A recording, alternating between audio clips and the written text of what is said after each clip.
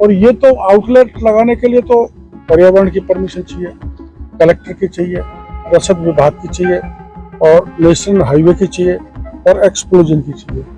अब हमारा ब्लास्ट हो जाए किसी कारण से तो कितने लोग मारे जाए यहाँ पर। मतलब इनके जो फायर सेफ्टी सिस्टम है वो भी इनके पास मौजूद नहीं है। अरे परमिशन ही नहीं है आउटलेट की भाई। छापेमार तेवरों के लिए जाने जाने वाले कैबिनेट मंत्री करोलाल मीणा ने आज बुधवार को सिरोही में कई जगह बायोडीजल फैक्ट्रियों पर छापेमारी की है। हमारे साथ मौजूद है करोलाल जी, ये सब जानते हैं कि क्या है पूरा मामला। सर आज कई जगह बायोफ्यूल का आउटलेट है, इंडीजल नाम की कंपनी ने यहाँ ये लिख रखा, नकली है फर्जी तो पता किया जाएगा, लेकिन ये पूरी तरह से नकली है। आपने जो आउटलेट है उसमें तो डीजल लिखा हुआ है और ये उन्होंने हमारा आने का कार खोल कर रख दिया, इसमें सब बायोफ्यूल लगा हुआ है। तो ये न तो असली बायोफ्यूल है न असली डीजल है। मैंने आपको जो गिनाए थे 5-6 कंटेंट्स गुजरात से लाते हैं, जो गुजरात में बेंड है और उससे ये प्रोडक्ट बनाते हैं, पेट्रोलियम प्रोडक्ट, जिसको लोगों को बेचते हैं बड़े ऊंचे दामों में। और पिछले पॉइंट पर आपने देखा होगा एक ट्रक वाले ने हमको बताया कि ये बायो डीजल लेने के कारण जो 50% डाला, 7% डालने की सीमा है हमारे बायो फ्यूल अथॉरिटी की तरफ से, 50% डाला जिसके कारण उसका इंजन बैठ गया और करीबन 40-50 हज़ार रुपये का उसका खर्चा आ गया। तो इस ढंग से जहाँ भी ये अवैध एक्टिविटी चल रही है वहाँ पर ये गाड़ियों को नुकसान पहुंचा रहे हैं, तो आर्थिक दृष्टि से उपभोक्ता टूटेगा, पर्यावरण खराब हो ही रहा है। और ये तो आउटलेट लगाने के लिए तो पर्यावरण की परमिशन चाहिए, कलेक्टर की चाहिए, रसद विभाग की चाहिए और नेशनल हाईवे की चाहिए और एक्सप्लोजन की चाहिए।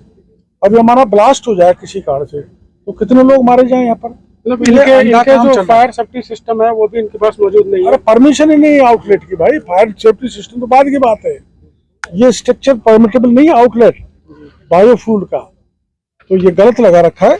राज्य भर में जितने भी हैं उसके लिए हम सर जो 3 रसद मंत्री जी से कहेंगे कि इनकी गहरी जांच कराई जाए, इनको बंद कराया जाए और ये इसी एक्ट में मुकदमा दर्ज हो और एक्सप्लोजिव एक्ट में भी दर्ज हो। ये तो सब लोग ऐसे, अब ये देखो इंडीजल कोई फर्म कंपनी है पता नहीं है, कोई हमारी जानकारी में तो है नहीं, और 24 घंटे ये इसको बेचते हैं दिन और रात और लोगों को लूटते हैं। हाँ सर, कुल 3 फैक्ट्रियों पे छापेमारी की गई है, निरीक्षण किया गया उनका, वहाँ पर सील कर दिया। हाँ, वहाँ पर जो निकल के आया सामने की 2 करीब 3 साल से तो अनधिकृत रूप से ही वो संचालित कर रहे थे और इससे पहले जो उनका प्रोडक्शन था वो एक्सेस था, उनका रिन्यूअल करना पड़ता है जी। तो उसने कोटिया जो है उसने रिन्यूअल नहीं कराया, 3 साल से रिन्यूअल नहीं हुआ और करीबन 7 लाख लीटर एक्सेस जो प्रोडक्ट वो बना रहा है, बायोफ्यूल नहीं है ना वो डीजल है, उसको बेच दिया। तो 15 करोड़ रुपए महीने का चपत सरकार को लगी है। ऐसे लग रहा है कि कम से कम कैलकुलेट किया जाएगा तो राजस्थान की सरकार को 80 करोड़ रुपए का जो 5 महीने का है वो राजस्व घाटा हो जाएगा। अभी सर ये कार्रवाइयाँ और भी होनी है, बताया जा रहा है कि 12 ऐसे 12 प्लांट पिछले सरकार में सैंक्शन किए थे। 2019 में बायोफ्यूल पॉलिसी आई थी और जब से ये लगे हुए हैं और इन्होंने इसको दोबारा रिन्यू नहीं करवाया, तो ये है। और कई तो बिना लाइसेंस के ही चल रहे हैं, जो लास्ट में पन्ना देखा था तो भाग्य वहाँ से वो लाइसेंस ही नहीं ले रखा, परमिशन ही बायोफ्यूल अथॉरिटी से नहीं ले रखी और इस ढंग से बड़ा पैमाने पर ये अवैध गोरख धंधा चल रहा है। पर्यावरण के साथ रेवेन्यू को नुकसान, और रेवेन्यू को तो ठीक, अगर 12 की कैलकुलेट करेंगे तो 1000 करोड़ के बराबर रेवेन्यू का लॉस बैठा है और साथ ही पर्यावरण को भी नुकसान हो रहा है। तो गाड़ियाँ तो बिगड़ी रही है सबकी।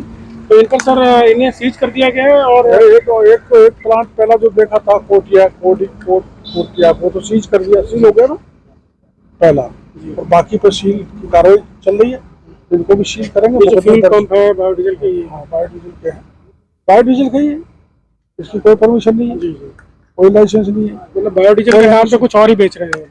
हाँ इंजन खराब हो जाए, पर्यावरण बिगड़ जाए, उनका पेट भरना चाहिए। तो ये कार्रवाई पूरे राजस्थान में लगातार चालू रहेगी। हाँ, तो ये थे करोड़ीलाल जी मीणा। ये तेवरों से साफ पता चलता है कि ये मामला यही नहीं रुकने वाला है, बल्कि इसकी जो कार्रवाई है पूरे राजस्थान में हर जगह की जाएगी। राहुल त्रिपाठी, सिरोही, राजस्थान तक।